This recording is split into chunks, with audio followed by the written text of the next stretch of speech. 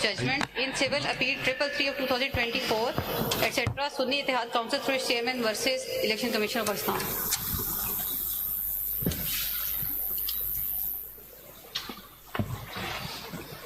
By a majority of 8, comprising Justice Sayyid Mansoor Ali Shah,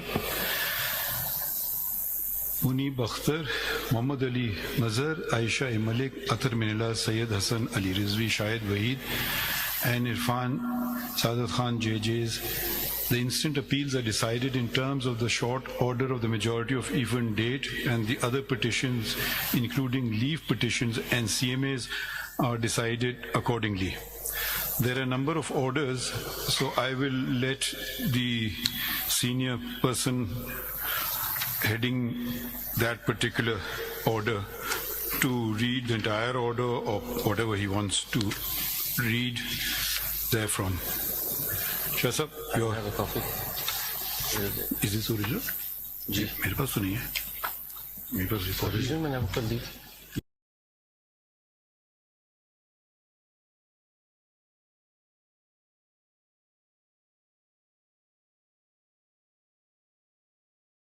Majority order, and I repeat, it is by myself, Justice Munib Akhtar, Muhammad Ali Mazhar, Aisha Malik, Athar Minallah, Sayyid Hassan Ali Rizvi, Shahid Waheed, and Irfan Saadat Khan. For detailed reasons to be recorded later and subject to what is set out therein by way of amplification or explanation or otherwise, these appeals are decided in the following terms. Number 1. The impugned judgment dated 25th of March 24 of the learned full bench of the High Court is set aside to the extent it is or may be inconsistent with this order or the detailed reasons. Number 2. The order of the Election Commission of Pakistan dated 1st of March 2024 is declared to be ultra vires the Constitution without lawful authority and of no legal effect. 3. The notifications of various dates whereby the persons respectively mentioned therein, being the persons identified in the Commission's notification dated 13th of May 2024, have been declared to be returned candidates for reserved seats for women and minorities in the National and Provincial Assemblies are declared to be ultra vires the Constitution without lawful authority and of no legal effect, and are quashed from 6th of May 2024 onwards, being the date an interim order was made by the court in CPLA number 13289 of 24, the leave petitions out of which the instant appeals arise. 4. It is declared that the lack or denial of an election symbol does not in any manner affect the constitutional and legal rights of a political party to participate in an election, whether general or by, and to field candidates, and the Commission is under a constitutional duty to act and construe and apply all statutory provisions accordingly. Number 5.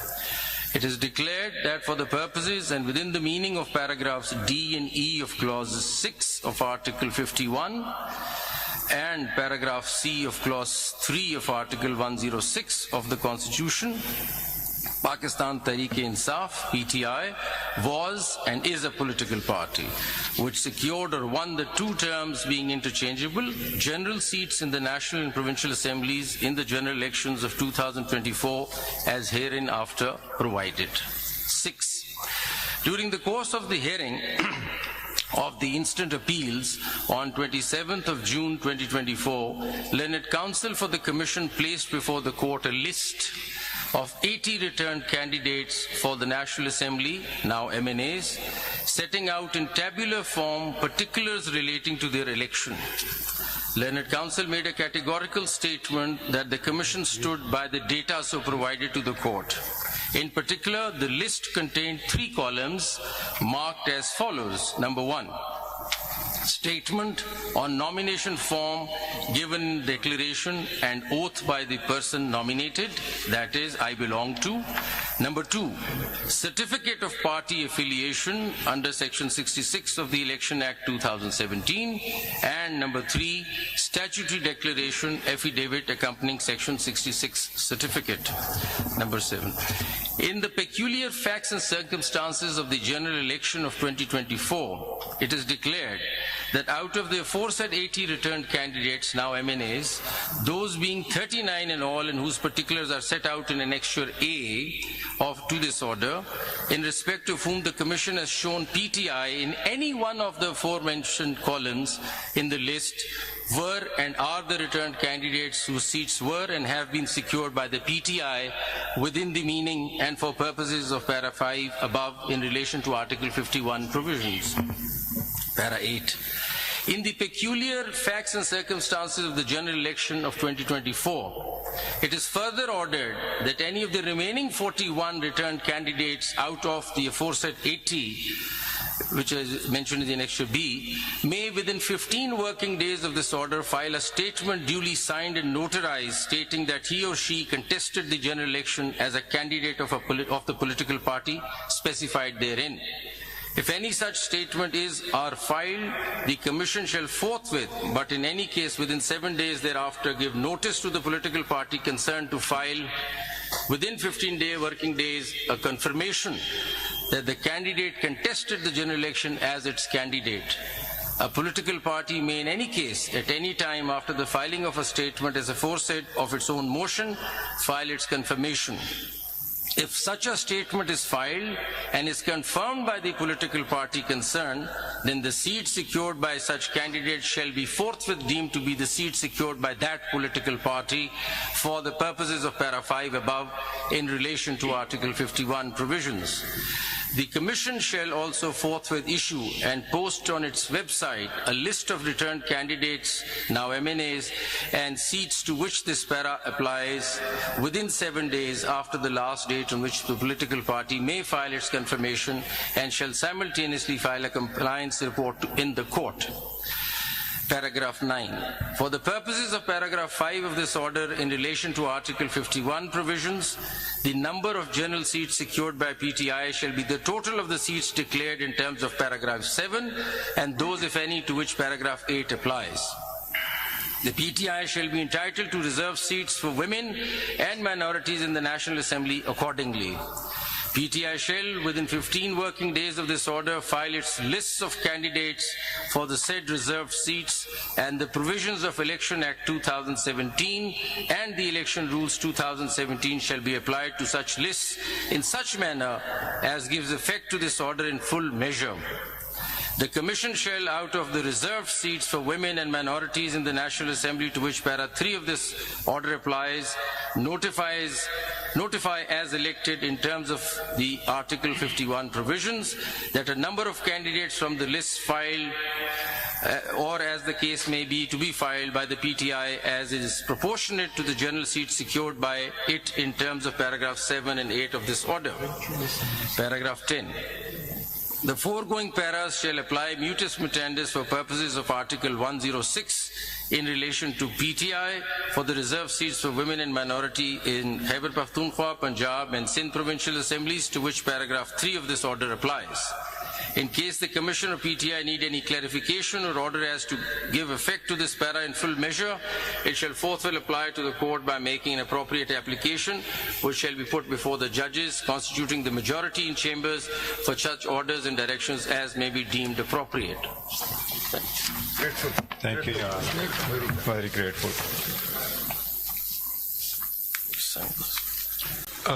Now I call upon Justice Yahya Afridi, who's written a separate short order. We need to. You want to read it or you want to summarize it? Okay.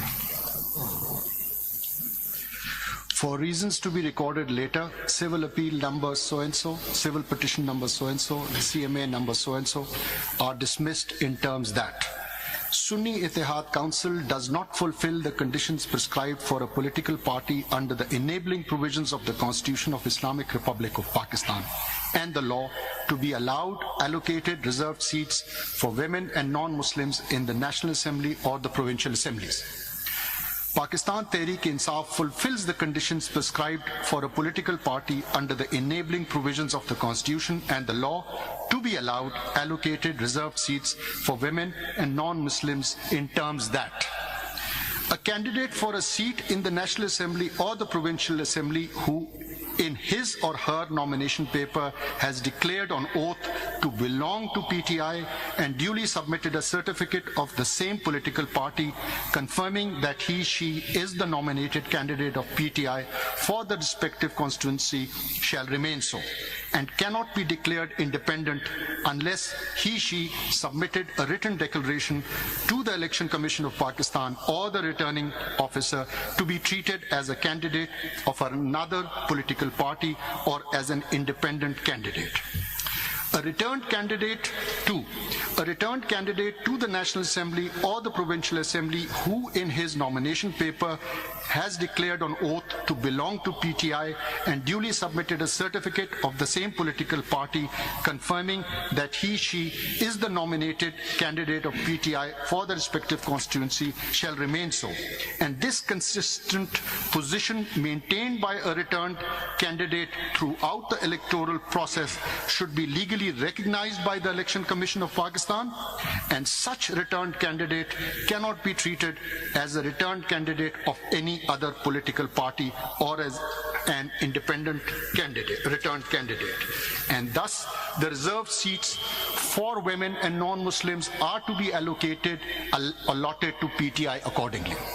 A candidate nominated, number 3, a candidate nominated by PTI for a constituency of a National Assembly or a Provincial Assembly who, after being declared returned, joined another party or sought to be treated as an independent, raises serious concerns about disregarding the trust reposed in him or her by the voters, thus undermining the will of the people.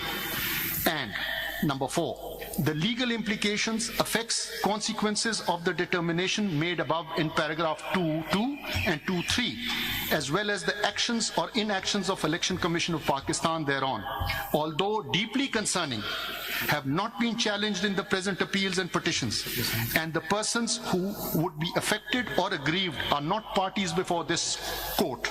Therefore, issuing a definite direction to the Election Commission qua the allocation of specified number of reserved seats for women and non-Muslims to a political party in the National Assembly and the Provincial Assembly would not be legally appropriate. Accordingly, the Election Commission of Pakistan is directed to decide the allocation of reserved seats for women and non-Muslims to political parties in the National Assembly and the Provincial Assembly in the light of the determinations made herein above, after providing opportunity of hearing to the parties concerned, and if required, revisit its earlier decisions on the matter. The needful be done within 7 days of receipt of this order. Thank you. Thank you. Justice Aminuddin Khan sir. For the reasons to be recorded later, I dismiss the appeals, petitions, as well as CMAs, and the judgment of the Peshawar High Court is upheld. Has anyone agreed with you? My Lord, I, Justice Naeem Akhtar, concur with Honorable Justice Aminuddin Khan, and for the reasons to be recorded later on, I am also dismissing all the appeals, petitions and CMAs and uphold the judgment of the Peshawar High Court. Thank you. Now I read Justice Jamal Khan Mandokhel's order with which I agree. For the reasons to be recorded later, we dispose of these appeals, petitions, and miscellaneous applications through a short order as under. These matters involve a controversy regarding the allocation of seats reserved for women and non-Muslims. The Sunni Ittihad Council, SIC, did not contest the general elections of the year 2024. SIC, which demands allocation of reserved seats on account of inclusion of independent parliamentarians in it, did not secure a single seat in the National Assembly or any of the provincial assemblies, nor submitted a list of its candidates for seats reserved for women and non-Muslims.